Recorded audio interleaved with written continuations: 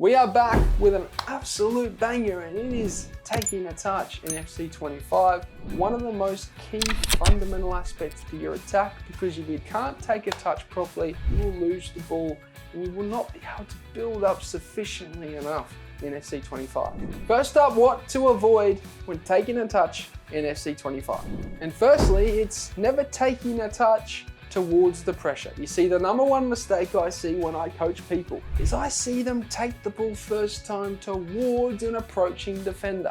This will leave you vulnerable every single time. The solution is always taking the ball to space. And this will allow you to not only dribble away into the space properly, but it will allow you to keep your back to the approaching defender. It's very similar to dribbling. I did note in the past dribbling tutorial that you need to focus on the space when you are dribbling.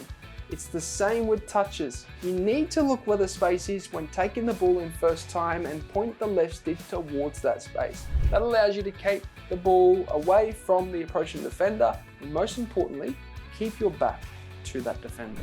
Secondly, and lastly, but the most importantly, it's never holding sprint. You see, if you hold the sprint button when taking the ball in, the touch will be way too large and you will be always susceptible to losing the ball. You may still take it into space, but if you take a touch while holding sprint, the touch will be 1 or 2 meters out in front of the attacker, and the defender closest to him will easily sweep the ball up. You need to let go of sprint when taking the ball in, and always take it to space, as I said before, to protect the ball. And next up, I want to talk about how pros take touches. You see, not only do pros take touches whilst not holding sprint, not only do pros take touches into space and keep their back to the approaching opponent, and not only do pros look at that space when they are taking the ball in, but they are always thinking ahead. What do I mean by this? Well, a proactive attack will always benefit you in FC25 because you're thinking ahead and you're trying to be 2 steps ahead of your opponent. And if you don't know where you want to go next, this will impede on your ability to be proactive in your attack.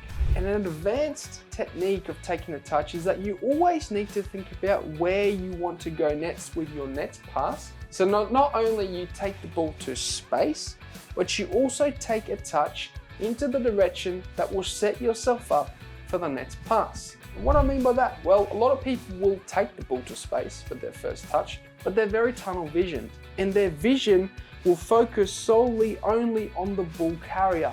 This is wrong.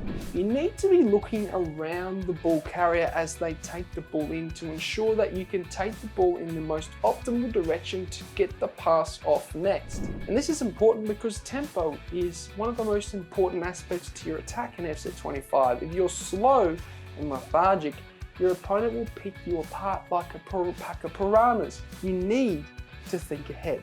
You need to think proactively, and the only way to do that sufficiently enough is to take a touch into a direction that is optimal for the next pass. For instance, if you're on the wing and you know that you need to recycle in, you always need to take a touch into the direction that's going to get the body shape and angle for the pass inwards, and that only comes from looking in proactively and knowing where you want to go next. Lastly is another advanced technique that I want to talk about, and that is going against the opponent's momentum. You see, you may be taking touches to space, you may not be holding sprint, and you may be thinking proactively, but if you don't take your opponent's momentum into consideration when taking a touch, then you will sometimes lose out on opportunities to break him down. What I mean by this is the majority of people, when they, let's say, put an over the top through ball through, will take a touch forwards and continue running in behind.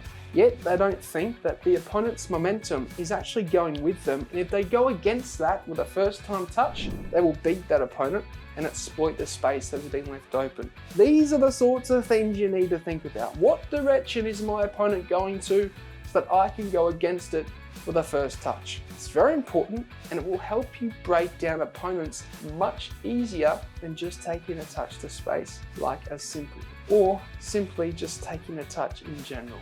You need to think ahead, you need to be proactive, and you need to be trying to go against your opponent's momentum. there you have it. It's a complete pro guide to taking a touch. It's quick but simple for you. However, I think you would have learned quite a few things from this video. So if you enjoyed it, smash the like button. And if you did enjoy this tutorial, there are many more on the channel. You may just enjoy this one here.